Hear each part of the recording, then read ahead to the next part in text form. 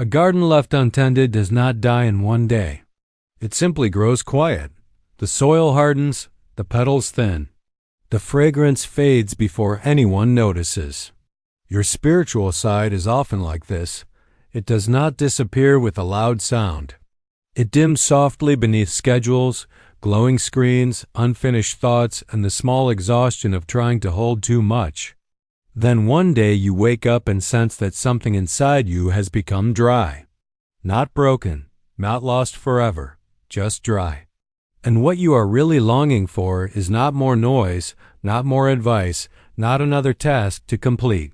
You are longing for water, for light, for a way back to the living part of yourself that still knows how to bloom. Many people hear the word spiritual and feel uncertainty. They imagine something distant, something formal, something only meant for monks, mystics, or people with long hours of silence. But your spiritual side is not far away. It is not hidden on a mountain. It is not waiting for you to become perfect. It is the part of you that feels awe when morning light spills across the floor. It is the part that softens when you hear honest laughter. It is the still place that knows, even in a hard season, that your life is more than deadlines and survival. It is your quiet relationship with meaning, with presence, with what feels sacred, even if you do not use that word. To nurture this side of yourself is not to escape the world. It is to meet the world with a steadier heart. It is to stop living only from the neck up, to stop treating your soul like an afterthought. Most people do not neglect their spiritual side because they are cold or careless. They neglect it because they are tired, because the outer world is always calling first. There is always one more message, one more errand, one more urgent thing. The spirit rarely shouts over these sounds. It waits, patiently, like a lamp in another room, still lit, still warm, hoping you will remember to enter. Take a slow breath. Notice this moment. Not the next hour, not next week, just this breath. This is where spiritual life begins, not in some grand declaration, not in becoming someone new. It begins in attention, in a small turning, in the simple choice to stop walking past your own inner door. There is an old rhythm to human life that many have forgotten. We were not made only to produce. We were also made to listen, to watch clouds move, to feel grief fully, to sit near trees, to ask deeper questions, to let beauty affect us. When this rhythm is missing, life becomes flat, even when it looks successful from the outside. You may still smile, still work, still show up, yet somewhere inside there is a hunger you cannot feed with achievement. That hunger is often spiritual. It is the ache for connection, connection to your own heart, to other people, to the present moment, to the mystery of being alive at all. A person can live in a crowded city and still feel spiritually alone. A person can have friends, work, and entertainment, yet still feel as if they are walking through life wrapped in glass. Everything is visible. Nothing is touched. This is why nurturing your spiritual side matters so deeply. It brings you back into contact. It lets you feel your life from the inside again. It reminds you that peace is not the absence of movement. It is the presence of intimacy. Intimacy with the breath, with truth, with silence, with the small miracles that were always near but unseen. I once heard a story about a traveler who arrived at a small temple garden just before dusk. He had been moving for many days. His bag was heavy. His thoughts were heavier. He wanted answers. He wanted guidance. He wanted someone wise to tell him how to fix the life that felt too tangled to hold. At the gate, he found an old gardener kneeling in the soil. The man's sleeves were rolled. His hands were dark with earth. He was not chanting. He was not preaching. He was pulling weeds one by one. The traveler waited, impatient at first. Surely this old man would soon stand up and say something profound. But the gardener did not hurry. He loosened stones from the roots. He watered the driest bed first. He touched the leaves that had curled from heat. At last the traveler said, I have come because my spirit feels weak. Tell me what practice will restore me." The old gardener looked up with kind eyes and said, "When a plant leans toward light, do you lecture it or do you move what blocks the sun?" Then he returned to the soil. The traveler was disappointed. He wanted a grand answer, a secret, a method. Yet as evening came, he stayed. He watched the gardener work. Nothing dramatic happened. No bells rang. No hidden truth fell from the sky. But a strange softness entered the traveler's chest. He began to see that his spirit did not need to be forced into greatness. It needed tending. His exhaustion was not a failure. It was a sign. His restlessness was not proof that he was broken. It was proof that something within him was asking for care. This is the first gentle truth. Your spiritual side grows through tending, not through pressure. Many people try to force inner peace the way they force productivity. They turn spirituality into another performance, another self-improvement project, another place to judge themselves. They say, "I should meditate better. I should be calmer. I should be more grateful. I should be wiser by now," but the spirit does not open under harsh hands. It opens under kindness. Just as a bird will not land where there is constant noise, the deeper self does not come forward where there is constant inner attack. So begin by removing what blocks the light. Not everything at once, just one thing. Perhaps it is the habit of reaching for your phone before you reach for your own breath in the morning. Perhaps it is the way you fill every silent space with sound because silence makes you uncomfortable. Perhaps it is the belief that rest must be earned. Perhaps it is the constant comparison that leaves your heart feeling small and rushed. Spiritual nourishment often begins with subtraction, less clutter, less speed, less pretending, less self-abandonment, a clearer path, a wider sky inside. Take another slow breath. Ask yourself very softly, what has been blocking the light lately? Do not answer with blame. Answer with honesty. There is a difference. Blame closes the body. Honesty opens it. One simple way to nurture your spiritual side is to create small rituals that return you to yourself. Not dramatic rituals, not complicated ones, small ones. Enough to tell the nervous system, "I am here. I have not forgotten you." A ritual can be sitting with your tea before the day begins and feeling the warmth in your hands. It can be opening a window at dawn and listening before speaking. It can be walking without headphones for 10 minutes and letting the world arrive in its own sounds.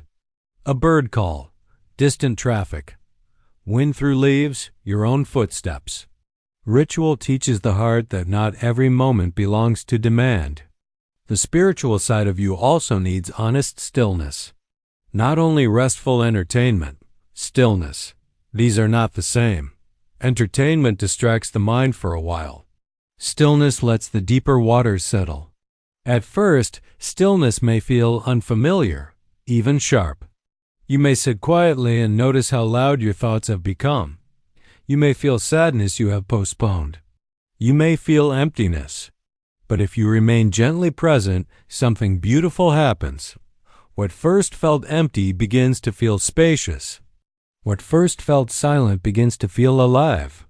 You start hearing what your life has been trying to tell you beneath the noise. This is why mindful breathing is more than a wellness trend. It is a homecoming. When you breathe slowly and consciously, you are sending a message to the body that it is safe to arrive. And the spirit often arrives through the body, not apart from it, through the rise of the chest, through the release of the jaw, through the unclenching of the belly, through the feeling of your feet touching the ground. So if you want to nurture your spiritual side, do not float above your life. Enter it more fully. Wash the dishes and feel the warm water. Step outside and feel the air on your face. Eat one meal without rushing. Bring your presence back into your own hands. Another quiet form of spiritual care is truthfulness. Not dramatic confession, just simple truth. Many people live far from their spiritual center because they are constantly performing versions of themselves that earn approval but cost them peace. They say yes when they mean no. They smile when they are lonely. They stay busy so they do not have to feel. Yet every unspoken truth creates a little distance within. And after a while, that distance feels like numbness. To return to your spiritual side is to close that distance gently, to admit what is real. I am tired. I am grieving. I am afraid. I am changing. I need more quiet. I need less pretending. Truth is not heavy when it is spoken with tenderness. It is relieving. It lets the soul exhale. The old teachings often remind us that suffering deepens when we resist the shape of the moment. This does not mean giving up. It means seeing clearly. If your heart is hurting, let it be true that it is hurting. If your life feels out of balance, let that be visible. Acceptance is not passivity, it is contact. And without contact, healing cannot begin.